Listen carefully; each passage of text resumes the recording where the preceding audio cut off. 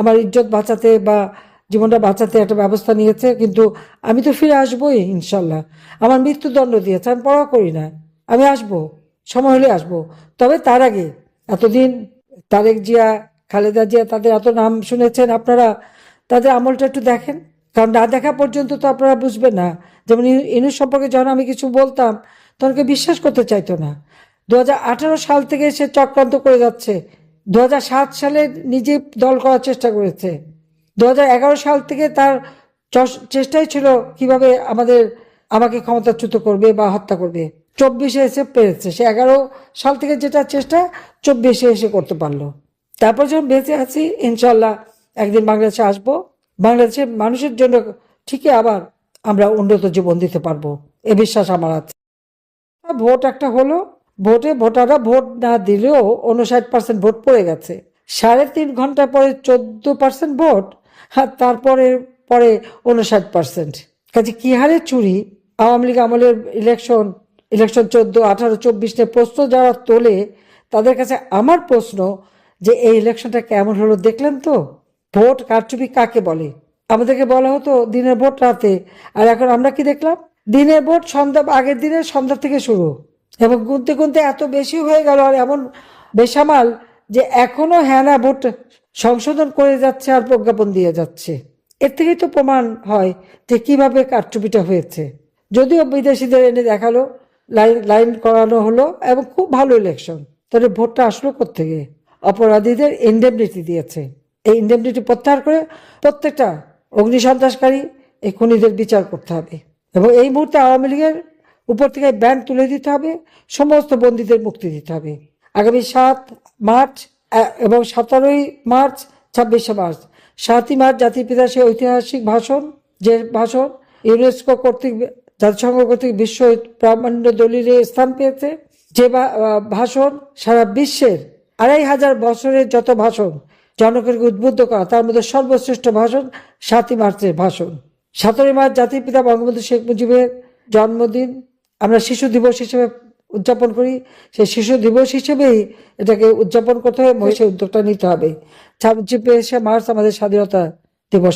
26শে March জাতির পিতা বঙ্গবন্ধু শেখ মুজিবুর রহমান স্বাধীনতার ঘোষণা দেন, তারপরেই তাকে গ্রেপ্তার করে এবং পাকিস্তানে বন্দী করে নিয়ে যায়, রাষ্ট্রদ্রোহী মামলা দেয়, এমনকি ফাঁসির আদেশ দিয়েছিল।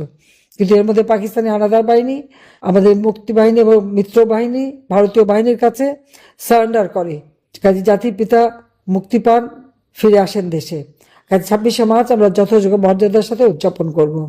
যে যারা নির্যাতিতা, প্রত্যেকে ওই ইনুস যে সেই যেভাবে নির্যাতন করেছে তার একটা মামলা তার বিরুদ্ধে করতেই হবে। সবাই একটা মামলা দায়ের করবেন। মামলা যদি না নেয়, থানা যদি না নেয়, সেটাও একটা সংবাদ হবে। আর অনলাইনে আপনারা দিতে পারেন বা কোর্টে মামলা করতে পারেন, অথবা রেজিস্ট্রি করে করতে পারেন। যেভাবে হোক একটা মামলা করে কাগজটা হাতে রাখবেন। কারণ এই কারণে যে একটা হচ্ছে সেই অপরাধীদের শাস্তি দেওয়া, আর একটা হচ্ছে আল্লাহ একটা দিন দেবেই, আমরা যে সহযোগিতা করব, সাহায্য দেব, যাদের ঘর বাড়ি পুড়িয়েছে, যাদের এরকমভাবে ক্ষতিগ্রস্ত করেছে, তাদের প্রত্যেকে আমি বলবো যে সবাই একটা মামলা করে রাখেন।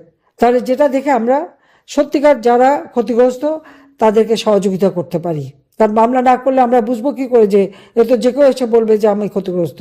এই যে প্রত্যেকে একটা মামলা করে রাখবেন, যেভাবে হোক মামলা দিতে হবে, দিয়ে আপনারা রেখে দেবেন। এখন যদি মামলা নাও চলে, ভবিষ্যতে কাজে লাগবে, সেটা আপনারা করবেন। হ্যাঁ, বাংলাদেশের ইতিহাসে সেই 91 সাল থেকে খালেদা জিয়া প্রধানমন্ত্রী ছিলেন, তারপরে আমি প্রায় 20 বছর 7 মাস আমি প্রধানমন্ত্রী ছিলাম। এত বছর পরে, 35 বছর পরে আমাদের পুরুষ প্রধানমন্ত্রী এসেছে। আমরা দেখি কেমন দেশ চালায়। একজন এসেছিল শান্তির কথা বলে সারা বিশ্বের কি সামাজিক ব্যবসার নামে, দারিদ্রকে নাকি ইউনুস বলেছিল মিউজিয়ামে পাঠাবে। আমি যেখানে দারিদ্রের হার 18% নামিয়ে এনেছিলাম, হত দরিদ্রের হার 5% নামিয়েছিলাম, ক্ষমতায় এসে তা এখন 30-40% আবার দারিদ্রের হার বাড়িয়ে দিয়েছে। 5 কোটি মানুষকে আমি নিম্নবিত্ত থেকে মধ্যবিত্ত তুলে এনেছিলাম। ইউনুস সাহেব 6 কোটি মানুষকে দরিদ্রের সীমার নিচে নিয়ে গেছেন। এখন মিউজিয়ামে কে যাবে? তার ওই কথার উপলক্ষে তো ইউনুসকে মিউজিয়ামে পাঠাতে হবে মনে হচ্ছে। কাজে তার বিচার একদিন হবে, এবং বিশেষ করে নারী নির্যাতনের জন্য ওর বিচার হতে হবে। যে কত বড় ক্ষতি আমাদের নারী সমাজের জন্য করে গেল। আজকে সবচেয়ে দুঃখ লাগে যে ছাত্র ছাত্রী শিক্ষকদের অপমান করা, তাদের গায়ে হাত তোলা, তাদেরকে মারা, প্রধান নির্বাচন কমিশনকে ধরে তার গালে জুতা মারা, তাকে অপমান করা, প্রধান বিচারপতি তাকে হাত করা পরিয়ে জেলে নেওয়া, ভালো সুযোগ সৃষ্টি করে গেছে। এখন যারাই যে পদে যাবেন তাদেরকে সতর্ক থাকতে হবে, কখন কার উপরে হাত করা পড়ে, কখন কোন প্রধান বিচারপতি হাত করা পড়লো, আর কখন কার কোন নির্বাচন কমিশন এখন যারা ভোট চুরির অপরাধে ওই রাতের ভোট সন্ধ্যায় করায় তার গালেও যে জুতা পড়বে না, এই গ্যারান্টি কে দেবে? কে দেবে? সমাজে কোনো লেহাজ তমিজ নাই, আদব কায়দা নাই, কোনো মান্যগণ্য নাই, আইনের শাসন নাই, বিচার নাই, ন্যায় বিচার নাই, স্বেচ্ছাচারিতা চলছে সম্পূর্ণ। এভাবে একটা দেশ চলতে পারে না। আমার ইজ্জত বাঁচাতে বা জীবনটা বাঁচাতে একটা ব্যবস্থা নিয়েছে, কিন্তু আমি তো ফিরে আসবোই ইনশাল্লাহ। আমার মৃত্যুদণ্ড দিয়েছে, আমি পরোয়া করি না, আমি আসবো, সময় হলে আসবো। তবে তার আগে এতদিন তারেক জিয়া, খালেদা জিয়া, তাদের এত নাম শুনেছেন আপনারা, তাদের আমলটা একটু দেখেন, কারণ না দেখা পর্যন্ত তো আপনারা বুঝবেন না। যেমন ইনুস সম্পর্কে যখন আমি কিছু বলতাম তখন কেউ বিশ্বাস করতে চাইতো না। 2018 সাল থেকে সে চক্রান্ত করে যাচ্ছে। 2007 সালে নিজে দল করার চেষ্টা করেছে। 2011 সাল থেকে তার চেষ্টাই ছিল কিভাবে আমাকে ক্ষমতাচ্যুত করবে বা হত্যা করবে। 24-এ এসে পেরেছে। সে 11 সাল থেকে যেটা চেষ্টা 24-এ এসে করতে পারলো। তারপর যখন বেঁচে আছি, ইনশাল্লাহ একদিন বাংলাদেশে আসবো, বাংলাদেশের মানুষের জন্য ঠিকই আবার আমরা উন্নত জীবন দিতে পারবো। আওয়ামী লীগকে বাদ দিয়ে যে নির্বাচন, এই নির্বাচন একজন অবৈধভাবে ক্ষমতা দখলকারী অধীনে নির্বাচন, যে নির্বাচনে ভোট কারচুপি মানে এখন প্রকাশ্যভাবে, যেদিন নির্বাচন তার আগের দিন সন্ধ্যা থেকেই সিল মারা, বাক্স ভরা, ব্যালটে ভরে ফেলেছিল, সেই ধরনের একটা নির্বাচন অনুষ্ঠিত হয়ে গেল সম্পূর্ণ অবৈধ সরকারের হাতে। অবৈধ নির্বাচন, আমি জানি না এরা দেশকে কতটুকু কি দিতে পারবে, যেখানে একটা বিশাল জনগোষ্ঠী বঞ্চিত থাকলো তার ভোটের অধিকার থেকে, তার রাষ্ট্রীয় অধিকার থেকে, সাংবিধানিক অধিকার থেকে। তো সেই দেশ সামনে কিভাবে এগিয়ে যাবে সেটাই এখন চিন্তার বিষয়।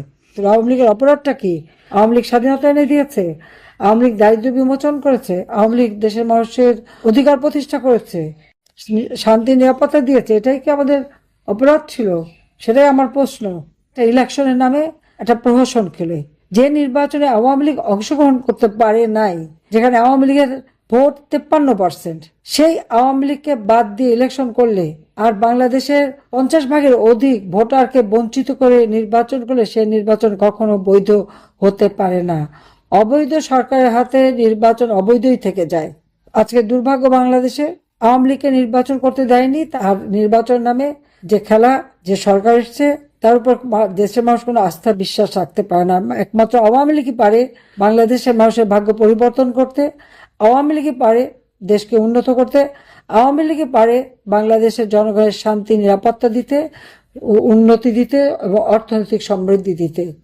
তিল তিল করে 15টা বছর যে দেশটাকে গড়ে তুলেছিলাম, মাত্র 1 বছরের মধ্যে সেই দেশ ধ্বংস।